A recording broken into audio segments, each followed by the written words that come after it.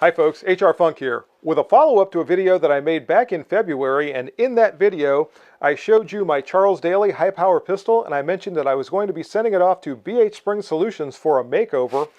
And I've not been waiting all this time for the pistol to return from BH Spring Solutions. In fact, I think that video went live on March 1st, and I had the pistol back probably within about 5 weeks of that video going live. But the reason I haven't made this part 2 in all this time is because I was waiting for some information from BH Spring Solutions, and there was essentially a communications problem that is not worth going into. It's not anyone's fault, but it just delayed the time that it took for me to be able to get that information and then finally be able to make this video. And some of you have asked during the intervening months about when I was going to bring this handgun back, when you're going to be able to see it again and all that. And that's going to be in this video. And I'm going to be unveiling my newly made over Charles Daly High Power. I'll talk about a lot of the modifications that were made by BH Spring Solutions. I'll compare it to some of the original parts from this handgun. And then there's going to be a part 3 of this video, and in that video we're going to head off to the range and see how the new BH Spring Solutions / Charles Daly High Power performs. So here we go. And here's the first up-close look at my BH Spring Solutions Enhanced Charles Daly High Power. I was not planning on having this handgun refinished when I sent it to BH Spring Solutions, but Mark from BHSS got a hold of me and he asked if, while they had it, they could refinish the pistol. And I said, sure. And we talked about some different finish options. And finally I said, Mark, let your imagination run wild. You choose the finish and surprise me when it comes back. And this is the way it looked. And I wish you could see this in person, because as I look at it through the viewfinder of my camera, it is not as striking as it is in real life. This is the BH Spring Solutions Acid Wash Color Case Hardening finish on this handgun. And unlike actual case hardening, it doesn't do anything to change the hardness of the underlying metal, but it does give it the coloration that more or less matches color case hardening. Also, there is a clear Cerakote over the entire handgun to further prevent any concerns with rust or corrosion or what have you from the elements, so it should continue to look just like it does now, regardless of what the pistol is exposed to. And something that I mentioned to Mark when I was talking to him after the handgun returned is I almost think they should call this camouflage case hardening, because the colors remind me a lot of a camo pattern, especially on the back strap. When I look at that, I see tiger stripe camouflage. So Mark, if you're still considering a name for this finish, I still like camo case hardening. There's a look at the starboard side. And you can also see the BHSS gold enhancements on some of the other components on this handgun, and I will be talking about all of those as we go. Now, if you saw part 1 of this video, you might recall that one of the things I was looking at having changed when this handgun went away to BH Spring Solutions was the sights. And it turns out they were not able to swap out the sights through no fault of their own, but apparently when Charles Daly was importing and having these handguns finished with their machining, they had a proprietary dovetail cut for the sights, and BH Spring Solution was not able to find sights that would match the existing dovetails. So I still have the same sights. As I mentioned, the rear sight is one that I like. It is an adjustable unit, so I have no problem with that. I was hoping to swap out that big dot front sight for something that would have a little sharper corners to it, maybe allow a little bit better accuracy. Even so, I am not too concerned about it. I still get a good sight picture and a fast sight picture with that big dot front sight. So along with the refinish, BH Spring Solutions also did a complete reliability optimization to my handgun, and you can see the parts over here. These are all the original parts that were installed in the handgun, and some of these parts were replaced because I also had the safety fast system installed, which I will be talking about in a little bit. And also I have the BH Spring Solutions Enhanced trigger as well. But some of them were strictly for optimization of the reliability. Things such as the ejector, the extractor. All of the springs were replaced with BH Spring Solutions springs. The sear spring actually was replaced as part of the safety fast system. The hammer also was part of the safety fast system. The sear release lever that I have here was replaced not actually for optimization of reliability, but actually for safety. The new sear release lever that is installed in this high power has a spring that is attached to the rear portion to keep pressure away from the sear, so that as the pistol recoils and the slide comes back forward, there's no chance that this free-floating sear could accidentally disengage the sear and cause the pistol to fire. According to Mark at BH Spring Solutions, one of the reasons high powers have always had such a heavy trigger pull is because the sear spring had to be heavy enough to make sure that absolutely did not happen with these free-floating sear release levers. Whereas with the one that has been installed from BH Spring Solutions, and I'll try to roll in a photo so you can see what it looks like, that spring prevents the possibility of that happening, so the pistol can have a lighter sear spring and thereby a better, or at least lighter, trigger pull. Okay, I've mentioned the Safety Fast system several times, so it's probably high time that I tell you exactly what it is and demonstrate how it works. The Safety Fast system replaces the hammer, the sear spring, the hammer spring, the safety, and the slide stop. And what it does is it allows the cocked handgun to be placed in a safe carry mode with the hammer down in a manner that I did just there. I just simply pushed forward on the hammer. The action is still actually cocked, and when the safety is actuated, the hammer returns to a cocked position and the pistol can be fired. So the manual of arms to fire the handgun is exactly the same.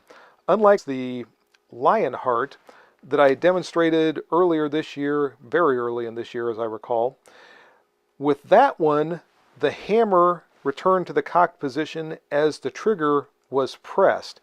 And I didn't care for that because it seemed to throw off my timing when I was squeezing the trigger. Whereas this one, just as with any other high power, you actuate the safety lever as you would be removing the safety.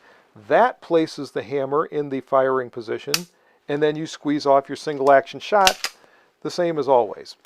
So the handgun can actually be carried with the hammer down. Anyone who looks at it isn't going to get squeamish because they see a cocked and locked handgun or anything else. Still, it fires just as quickly and easily as any other high power. So it's a rather ingenious system.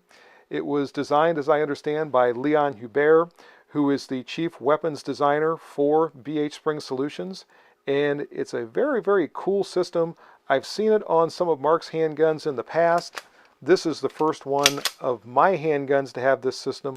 They can also do this with 1911s, by the way. So if you have a 1911 and you want to be able to install a Safety Fast system, it would work just like my Charles Daly high power does.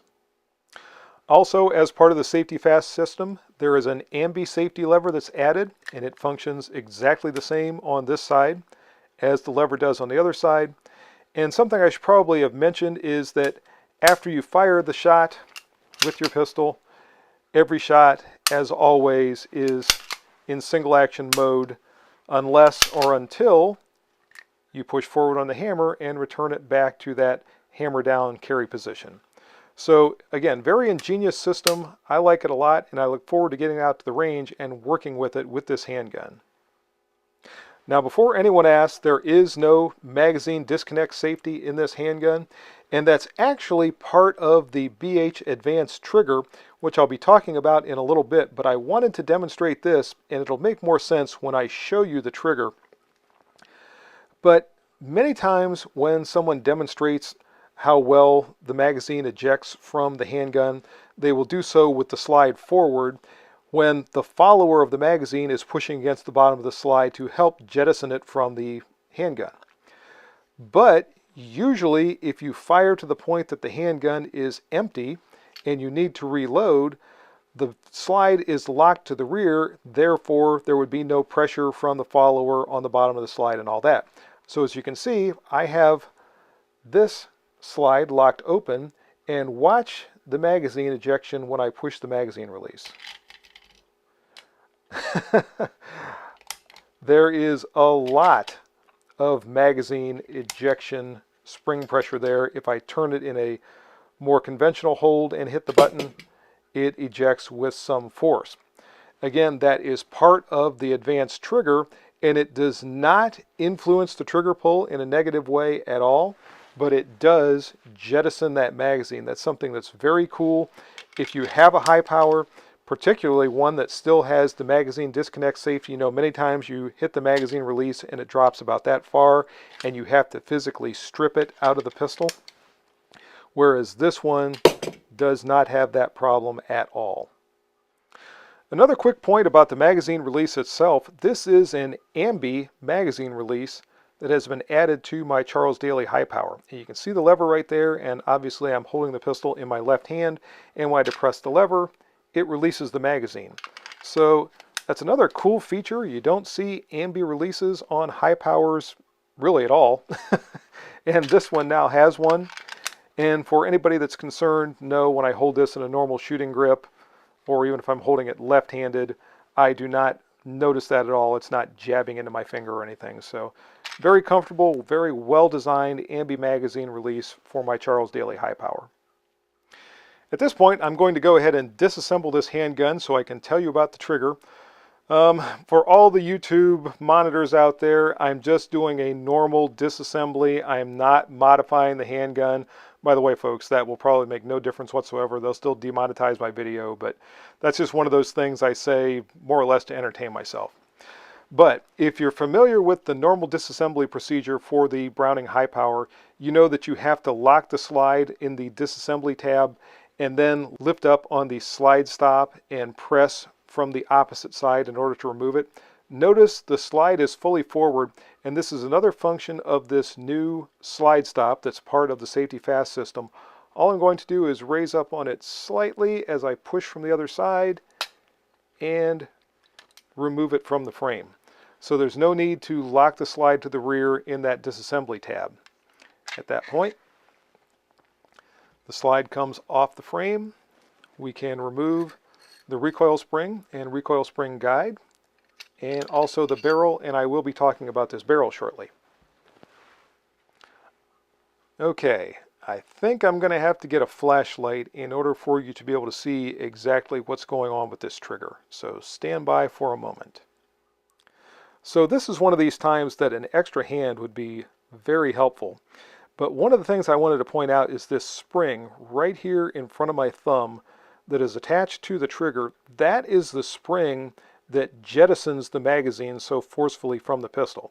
And as I said before, it does not influence the trigger pull in a negative way when you're shooting. Let me grab the magazine here.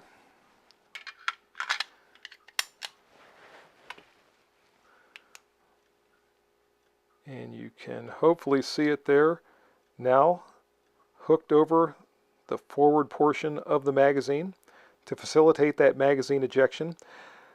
When the magazine is removed from the pistol and that spring rests, then the trigger pull is noticeably heavier, which doesn't matter because the magazine is removed. I suppose if you had one shot in the handgun and no magazine installed, that heavier trigger pull would be an indication that you just fired your last shot. So even though the slide didn't lock open on an empty magazine, that would give some sort of a tactile indication. However, when the magazine is installed, the trigger pull is noticeably lighter, and this is when, or I should say this is the condition that the handgun would be in when you're actually shooting it. And I'm going to talk about trigger pull specifically in an upcoming segment, but the trigger itself is wider than the factory high power trigger, and it's also not nearly as curved. And I'm going to grab my factory trigger here, and if I can try to line these things up, it's going to be really hard to do. But there is a little bit more of a bow, maybe if I hold it that way you can see it more, a little bit more of a bow to the factory trigger, and you can see the BH trigger positions a little closer to the rear of the trigger guard. And the net result of all that is it feels like you're squeezing the trigger more straight back in the pistol and that it's not moving through quite so much of an arc. That, along with the wider surface, already gives the feel of a lighter trigger pull, and then the springs that are included also address trigger pull as well. And like I said, I'm going to be talking about trigger pull specifically in a couple of minutes. Before we get to trigger pull, I wanted to give you a look at this BH Spring Solutions barrel. And this is a very nicely machined barrel that you might be able to tell by looking at it here. And if I compare it to the factory barrel, you can see that in terms of machining, the factory barrel is quite a bit rougher. There's a look at the feed ramps. We can see the factory barrel has the original hump style feed ramp, whereas the feed ramp on the BH barrel is a humpless design. I'm not sure if that's the right word to use, but that's the one I'll use. Looking down the bore, we can hopefully also see the machining quality, and I'm going to try to get that focused somehow so you can see it. This is always a chore, or maybe I should say a trick. That's not too bad there. And this barrel has a 1 in 10 rifling twist rate, and according to Mark, that is the proper twist rate for the P35 high power, and should yield better accuracy than you get with other barrels that have a different rifling twist. And the pistol is now reassembled, and I've been talking about this trigger for a while now. I want to give you a look at the pull. There is a little bit of take up. We come to a definite stop. And a very, very nice break. I can't feel any creep in there. Let me try that again.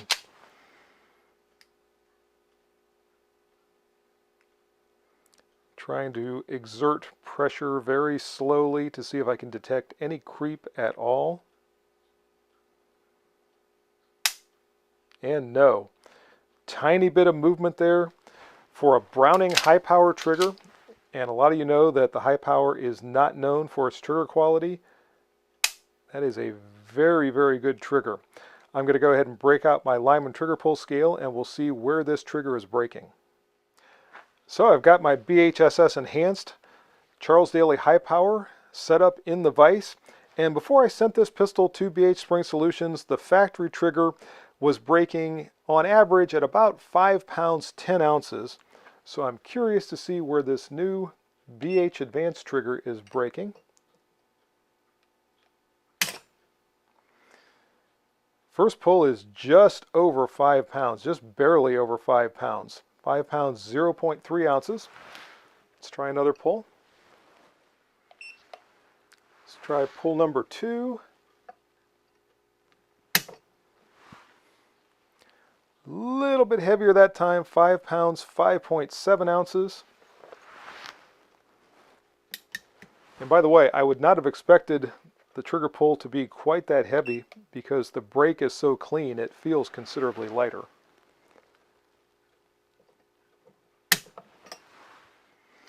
And that time, I'm not sure what happened. I got the trigger stuck somehow on the vise, or the gauge rather stuck somehow on the vise. So I'm going to try that again. That's going to screw up my 3-pull average now. Having some technical difficulties here, folks. That's why I have to keep stopping the video.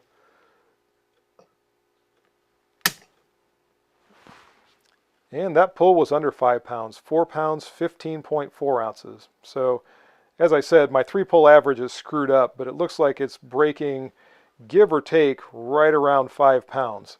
And as I said, the break on this trigger is extremely clean, and I am looking forward to see if that translates into the kind of accuracy I'm expecting when we get to the range.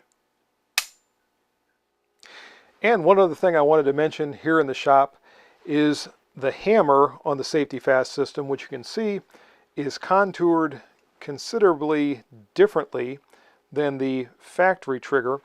And I mentioned this in part 1 of this video. With the factory trigger, when shooting this handgun, I would almost always experience hammer bite.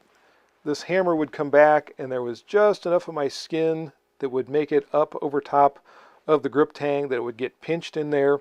And it was not excruciating, but it was uncomfortable.